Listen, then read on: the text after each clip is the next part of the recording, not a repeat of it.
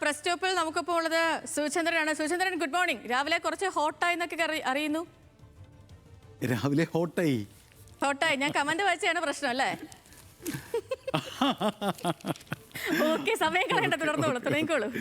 Okay Sethu, കേരളകൗമുദിയിൽ നിന്ന് നമുക്ക് തുറക്കാം. ഒന്നാമത്തെ തലക്കെട്ട് ജീം ഭൂം ബാ എന്നാണ് തലക്കെട്ട്. ഖജനാവ് നിറയ്ക്കാൻ വിസ്മയ വഴി. അതായത് ഈ വ്യത്യസ്തമായ തലക്കെട്ട് കാണിച്ചതിലേക്ക് വാർത്തകളെ ആകർഷിക്കാനുള്ള കേരളകൗമുദിയുടെ ഒരു പ്രത്യേകത കൊണ്ടാണ് ഇന്ന് കേരളകൗമുദി ആദ്യം എടുത്തത്. നികുതി കൂട്ടാതെ വരുമാനം 1,00,000 കോടി ലക്ഷ്യമിടും, ഭരണച്ചെലവിലെ ധൂർത്ത് കർശനമായി നേരിടും, കേന്ദ്രത്തിനെതിരായ കേസുകൾ തുടരില്ല, അങ്ങനെയൊക്കെ പറഞ്ഞിട്ട് എങ്ങനെയാണ് ഇപ്പോൾ ബജറ്റ് വരാനിരിക്കുകയാണല്ലോ, ഏത് വിസ്മയം കൊണ്ടാണ് നികുതി വർദ്ധിപ്പിക്കാൻ ശ്രമിക്കുന്നത്? സാമ്പത്തിക പ്രതിസന്ധിയിലായ സംസ്ഥാനത്തെ കരകയറ്റാൻ ആദ്യ ബജറ്റിൽ മുഖ്യമന്ത്രി വി ഡി സതീശൻ വിസ്മയ വഴികൾ തുറക്കാൻ സാധ്യത. 19-നാണ് ബജറ്റ്. ധൂർത്തും വരുമാന ചോർച്ചയും തടഞ്ഞ് ഖജനാവ് നിറയ്ക്കുന്ന വഴിയാണ് ലക്ഷ്യമിടുന്നത്. ഒപ്പം നികുതി വരുമാനം കാര്യക്ഷമമാക്കി നിലവിലെ 86,000 കോടിയിൽ നിന്ന് 1,00,000 കോടിയിലേക്ക് വരുമാനം ഉയർത്താനാണ് വി ഡി സതീശൻ പദ്ധതിയിടുന്നത്. നികുതി ഉയർത്താതെ വരുമാനം വർദ്ധിപ്പിക്കാൻ എന്താണ് അദ്ദേഹത്തിൻ്റെ കയ്യിലുള്ള വിസ്മയം എന്നതിലുള്ള അത്ഭുതം കൂടി ആ ജീം ഭൂംബ എന്ന തലക്കെട്ടിൽ ഉണ്ട്. നവീൻ ബാബുവിൻ്റെ മരണം നേരറിയാൻ CBI വരുന്നു എന്നുള്ളതാണ് അടുത്ത പ്രധാനപ്പെട്ട വാർത്ത. മന്ത്രിസഭായോഗം അംഗീകരിച്ച് ശുപാർശ ചെയ്യും ഈ CBI വരാനുള്ള ശുപാർശ. MDM നവീൻ ബാബുവിൻ്റെ ദുരൂഹമരണത്തിൽ CBI അന്വേഷണം നടത്താൻ സംസ്ഥാന സർക്കാർ ശുപാർശ ചെയ്യും. അടുത്ത മന്ത്രിസഭായോഗം അംഗീകരിച്ച ശേഷം കേന്ദ്രത്തെ അറിയിക്കും. കേന്ദ്ര പേഴ്സണൽ മന്ത്രാലയമാണ് ഇക്കാര്യത്തിൽ അന്തിമ തീരുമാനമെടുക്കേണ്ടത്. കഴിഞ്ഞ ദിവസം നവീൻ്റെ ഭാര്യ മഞ്ജുഷ, മക്കളായ നിരഞ്ജന, നിരുപമ എന്നിവർ വന്ന് മുഖ്യമന്ത്രിയെ സന്ദർശിച്ച വാർത്ത നമ്മൾ കണ്ടിരുന്നല്ലോ. ദിവ്യയുടെ ഫോൺ വിളി രേഖകൾ കഴിഞ്ഞ അന്വേഷണത്തിൽ നൽകിയില്ല എന്നതടക്കമുള്ള വിവരങ്ങൾ കേരളകൗമുദി വാർത്തയിൽ പറയുന്നു. ഒപ്പം ഈ വിലക്കയറ്റത്തിൻ്റെ വാർത്ത രാവിലെ മുതൽ നമ്മൾ കേട്ടുകൊണ്ടിരിക്കുകയാണല്ലോ.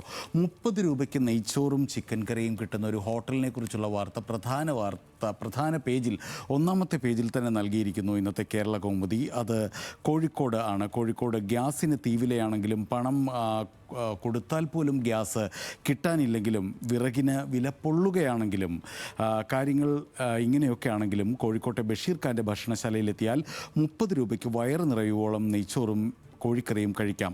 ചോറും മീൻകറിയുമാണ് വേണ്ടതെങ്കിലും ഇതേ പണം തന്നെ കൊടുത്താൽ മതി. ഇതെങ്ങനെയാണ് എന്നുള്ളതാണ്. അതായത് 40 രൂപയാണ് ചിക്കൻ പൊരിച്ചതിന് അദ്ദേഹം ഈടാക്കുന്നത്. അതായത് 62 വയസ്സുള്ള ഈ ബഷീർ ഖാ പറയുന്നത്, ഇതിൻ്റെ രഹസ്യമായി പറയുന്നത്, വരുന്നവരുടെ വയറ് നിറയണം, അവർക്കൊരു പരാതിയും ഉണ്ടാകരുത് എന്നൊക്കെയാണ് അദ്ദേഹം പറയുന്നത്. ചായയും പലഹാരങ്ങളും രാവിലെ തുടങ്ങും. പക്ഷേ അങ്ങനെയൊക്കെ ഒരു മനസ്സുണ്ടെങ്കിലും ഇത്ര ചെറിയ പൈസയ്ക്ക് എങ്ങനെ ഇത് കൊടുക്കാൻ പറ്റുമെന്നുള്ളത് വാർത്ത വായിച്ചു വരുമ്പോഴാണ് അറിയുന്നത്. ദിവസം 700 പേർക്ക് ഉച്ചയൂണ് ഒരു കടയാണത്. അതായത് ചെറിയ ലാഭമേ അദ്ദേഹത്തിന് വേണ്ടൂ. കൂടുതൽ ആളുകൾ അവിടെ നിന്ന് ഭക്ഷണം കഴിക്കുന്നുണ്ട്. ഈ economies of large scale production എന്നൊക്കെ പറയുന്നത് പോലെ അതുകൊണ്ട് അദ്ദേഹത്തിന് 30 രൂപയ്ക്ക് ഈ വിഭവങ്ങളൊക്കെ വിൽക്കാൻ പറ്റുന്നു. മാതൃഭൂമിയിലേക്ക് വരികയാണെങ്കിൽ ഡബിൾ റോയൽ ചലഞ്ചേഴ്സിൻ്റെ വിജയത്തെക്കുറിച്ച് മുൻപേജിൽ പ്രധാന വാർത്തയായി നൽകിയിരിക്കുന്നു. ഈ വിജയം രാജകീയം. ബൗളർമാർ ഒരുക്കിക്കൊടുത്ത നിലത്ത് ചേസ് മാസ്റ്റർ വിരാട് കോഹ്ലിയും വെങ്കടേഷ് അയ്യരും ചേർന്ന് ബാറ്റ് കൊണ്ട് മിന്നൽ പിണർ തീർത്തപ്പോൾ IPL ക്രിക്കറ്റിൽ തുടർച്ചയായ 2ാം തവണയും ബംഗളൂരു റോയൽ ചലഞ്ചേഴ്സ് ജേതാക്കളായിരിക്കുന്നു. നവീൻ ബാബുവിൻ്റെ മരണം വരുന്നു. CBI എന്ന പേരിൽ തന്നെ മുൻപേജിൽ പ്രധാന വാർത്തയായി ഇതിനൊപ്പമുണ്ട്. മാതൃഭൂമിയിൽ കുഞ്ഞു ശരീരത്തിൽ 51 മുറിവുകൾ എന്ന മറ്റൊരു മുൻപേജിലെ വാർത്ത നമ്മളെ ഇന്നലെ മുതൽ വേദനിപ്പിക്കുന്ന വാർത്തയാണ്. കുറ്റം സംബന്ധിച്ച് രണ്ടാനച്ഛൻ അഷ്കർ, അതായത് നെടുമങ്ങാടെ 1.5 വയസ്സുകാരൻ കുഞ്ഞിൻ്റെ കൊലപാതകത്തെ പറ്റിയാണ് ആ വാർത്ത. വെറും 1.5 വയസ്സിനിടെ കുഞ്ഞർഷിത് അനുഭവിച്ചത് മനസാക്ഷിയെ ഞെട്ടിക്കുന്ന കൊടും ക്രൂരതകളാണ്. പോലീസ് പിടിയിലായ രണ്ടാനച്ഛൻ അഷ്കറിൻ്റെയും അമ്മ അഖിലയുടെയും നിരന്തര പീഡനത്തിനൊടുവിലാണ് ആ പിഞ്ചു കുഞ്ഞിന് ജീവൻ നഷ്ടമായത്. കൂടുതൽ നമുക്ക് ഒന്നും പറയേണ്ടതില്ലല്ലോ അതേക്കുറിച്ച്. എല്ലാ പത്രങ്ങളിലും ആ വാർത്തയുണ്ട്. വേദനിപ്പിക്കുന്ന ആ വാർത്ത. ഇന്നലെ തെളിവെടുപ്പിനിടെ ഉണ്ടായ നാടകീയ സംഭവങ്ങളും രോഷാകുലരായ നാട്ടുകാരുടെ പ്രതികരണവും ഒക്കെ നമ്മൾ കണ്ടതുമാണ്. 51 മുറിവുകളാണ് ആ കുഞ്ഞിൻ്റെ ശരീരത്തിലുള്ളതെന്ന വാർത്ത മുൻപേജിൽ തന്നെ ഉണ്ട്.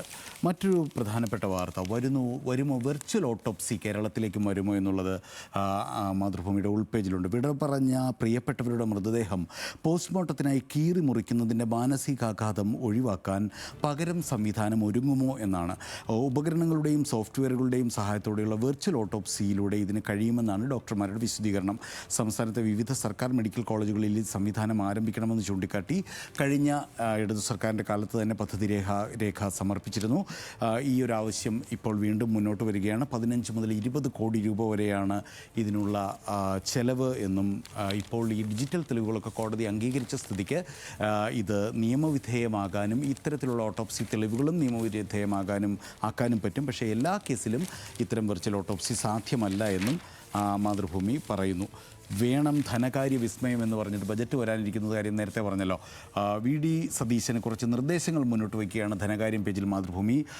ബ്ലൂ എക്കണോമിയും മരിടൈം കോറിഡോറും, ഉന്നത വിദ്യാഭ്യാസത്തിൻ്റെ ജനാധിപത്യവത്കരണം, കേരള റിട്ടേൺ ഫെലോഷിപ്പ്, അതായത് വിദേശത്തുള്ള മലയാളി പ്രൊഫഷണലുകളെ തിരികെ എത്തിക്കാൻ 200 കോടി രൂപയുടെ പ്രത്യേക ഫണ്ട് രൂപീകരിക്കണം, വിദ്യാഭ്യാസ വായ്പ റിട്ടേൺ ബോണ്ടാക്കുക, അതായത് വിദേശത്ത് പഠിച്ച ശേഷം 5 വർഷത്തിനുള്ളിൽ നാട്ടിൽ തിരികെ എത്തുന്നവർക്ക് വിദ്യാഭ്യാസ വായ്പയുടെ പകുതി അതായത് സർക്കാർ ഏറ്റെടുക്കണം, ഗ്രീൻ ആൻഡ് കോസ്മോപൊളിറ്റൻ പോർട്ട് സിറ്റികൾ എന്നൊക്കെ പറഞ്ഞിട്ട് ധനകാര്യ ബജറ്റിന് വേണ്ടി മാതൃഭൂമി കുറച്ച് നിർദ്ദേശങ്ങൾ സർക്കാരിന് മുമ്പിൽ വയ്ക്കുന്നു. ഇനി മനോരമയിലേക്ക് വന്നാൽ കോഹ്ലി ക്ലാസ് എന്ന ആഘോഷ ഹെഡ്ലൈനാണ് ഒന്നാമത്തെ പേജിൽ നൽകിയിരിക്കുന്നത്. IPL ബംഗളൂരു റോയൽ ചാലഞ്ചേഴ്സിന് കിരീടം. IPL ഫൈനലിലെ പ്രവേശന പരീക്ഷയിൽ തുടർച്ചയായ 2ാം വർഷവും റോയൽ ചലഞ്ചേഴ്സ് ബംഗളൂരുവിന് ഫുൾ മാർക്ക് എന്നാണ് പറയുന്നത്. വാർത്ത നമുക്കറിയാം. ആ വാർത്ത കൊടുത്ത രീതിയെക്കുറിച്ച് പറയാനാണ് വീണ്ടും അത് തന്നെ എടുത്തത്. കണ്ണീർ പാഠം എന്ന് മറ്റൊരു വാർത്ത ഒപ്പമുണ്ട്. കണ്ണീർ പാഠമല്ല, കണ്ണീർ പാഠം. കാട്ടിലെ ചോരുന്ന കുടിലിൽ നിന്ന് 8 പെൺമക്കൾ സ്കൂളിലേക്ക് എന്ന സ്പെഷ്യൽ റിപ്പോർട്ട് ഇന്ന് സ്കൂൾ തുറക്കുന്ന പ്രവേശനോത്സവ ദിവസം മനോരമ മുൻ പേജിൽ നൽകിയിരിക്കുന്നു. കാടിന് നടുവിൽ വലിച്ചു കിട്ടിയ ടാർപ്പാളിൻ ഷീറ്റാണ് 8 പെൺമക്കളുടെ വീട്. മാസങ്ങൾക്ക് മുൻപ് അച്ഛനും 5 മാസം മുമ്പ് കുഞ്ഞനീനും മരിച്ച വീട്ടിൽ നിന്ന് അവർ ഇന്ന് സ്കൂളിലേക്ക് പോകും. കണ്ണീരിനിടയിലും പഠിക്കണം, ജീവിതം കരുപ്പിടിപ്പിക്കണം എന്ന ആഗ്രഹമാണ് മക്കൾക്കെന്ന് അമ്മ മീന പറയുന്നു എന്ന് 3 കോളത്തിൽ വിശദമായി ആ കണ്ണീർ പാഠം എന്ന റിപ്പോർട്ട് നൽകിയിരിക്കുന്നു മനോരമയുടെ 4ാം പേജിൽ. വിദേശത്തു നിന്നുള്ളൊരു വാർത്തയാണ്. അതായത് UEFA ചാമ്പ്യൻസ് ലീഗ് ഫുട്ബോൾ ഫൈനലിന് ശേഷം നടന്ന ആഘോഷ പ്രകടനങ്ങൾക്കിടെ അക്രമാസക്തരായ ആരാധകർ ഫ്രാൻസിലെ ഈഫൽ ടവറിന് മുമ്പിൽ കാറിന് തീയിട്ടപ്പോൾ, അതായത് ഫ്രഞ്ച് നഗരങ്ങളിലെ ഈ ഫുട്ബോൾ ഹൂളിഗൻസിൻ്റെ ആക്രമണത്തെക്കുറിച്ച് നമ്മൾ നേരത്തെയൊക്കെ കേട്ടിട്ടുള്ളതാണ്. കുറച്ച് നാളായി ഇത്തരം വാർത്തകൾ കാണാതിരിക്കുകയായിരുന്നു. അതായത് ഈ ആഘോഷം അക്രമമായി ജനക്കൂട്ടം കടകൾ കൊള്ളയടിച്ചു, കാറുകൾ കത്തിച്ചു. അങ്ങനെയാണ് ആ വാർത്ത. ഐഫൽ ടവറിൻ്റെ പശ്ചാത്തലത്തിൽ നഗരത്തിലെ ഒരു കാർ കത്തുന്ന ചിത്രവും ആ വാർത്തയ്ക്കൊപ്പം നൽകിയിട്ടുണ്ട്. 7ാം പേജിൽ വേഗത്തിലോടാൻ തിടുക്കമില്ല എന്നാണ് മറ്റൊരു വാർത്ത. ശുപാർശ പഠിക്കാൻ സമിതിയെ ചുമതലപ്പെടുത്തും. അതായത് ഈ ശ്രീധരൻ്റെ വേഗറയിൽ ശുപാർശയിൽ ഉടൻ സർക്കാർ തീരുമാനമെടുക്കില്ല. ശുപാർശ പഠിക്കാൻ വിദഗ്ധ സമിതിയെ തീരുമാനിക്കും എന്നാണ് വാർത്ത. ദേശാഭിമാനിയിലേക്ക് പോയാൽ ഇനിയും വില കുതിക്കും എന്ന് മുന്നറിയിപ്പ് നൽകുന്നു ദേശാഭിമാനി.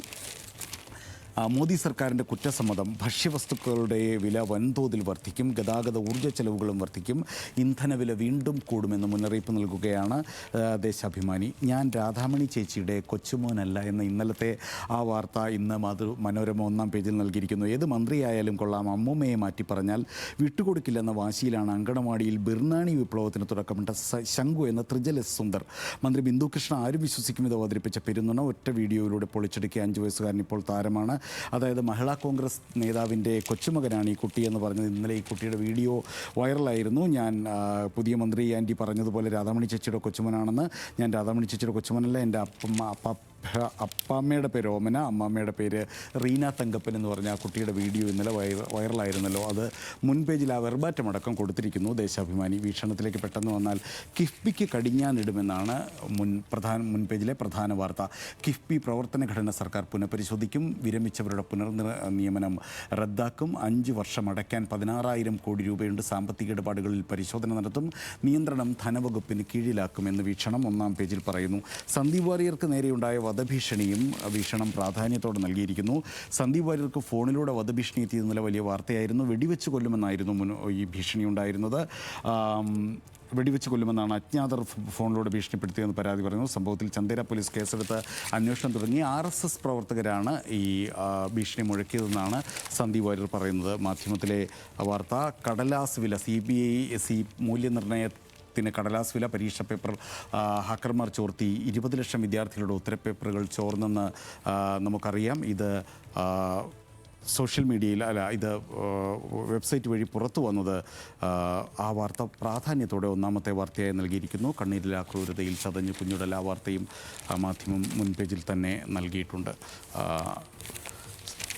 വീക്ഷണത്തിലേക്ക് വന്നാൽ അന്വേഷണം CBIക്ക് വിജ്ഞാപനം ഉടൻ, അങ്ങനെയാണ് വീക്ഷണത്തിൻ്റെ പ്രധാന വാർത്ത. ജന്മഭൂമി എടുക്കുകയാണെങ്കിൽ ജന്മഭൂമിയിൽ EDയെ കൊല്ലാൻ ശ്രമം NDA വന്നേക്കും. ആ വാർത്തയുടെ നറേറ്റീവ് അങ്ങനെയാക്കി മാറ്റുകയാണ് ജന്മഭൂമി. അതിൽ NDA വന്നേക്കും എന്ന് ജന്മഭൂമി മുന്നറിയിപ്പ് നൽകുന്നു. സേതു. ശരി സുചന്ദ്രൻ.